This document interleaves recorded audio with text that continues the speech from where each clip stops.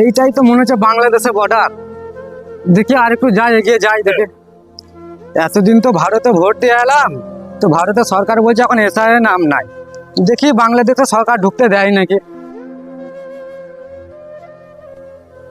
এটা ভারতের লোক মনে হচ্ছে। হ্যাঁ, এটা ভারতীয় লোক মনে হচ্ছে।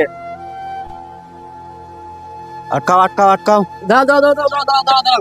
স্যার তোমরা যে আমাকে আটকাছো, ওই দিক থেকে ভারতের সরকারও বলছে যে তুই বাংলাদেশি, তো আমি বাংলাদেশে এসেছি, তো তোমরাও আমাকে আটকাছো কেন স্যার? আমাকে বাংলাদেশ ঢুকতে দাও। তুমি যে বাংলাদেশে ঢুকবে, তোমার পাসপোর্ট আছে? না স্যার, আমার কোনো পাসপোর্ট নাই। ভারতে না করি, ভারতে যাও যাও যাও যাও যাও।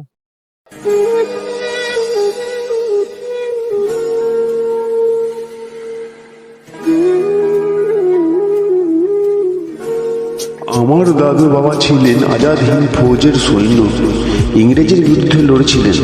আমি ওনার বংশধর। আজ নাকি আমার নাম এসআইয়ের থেকে বাদ।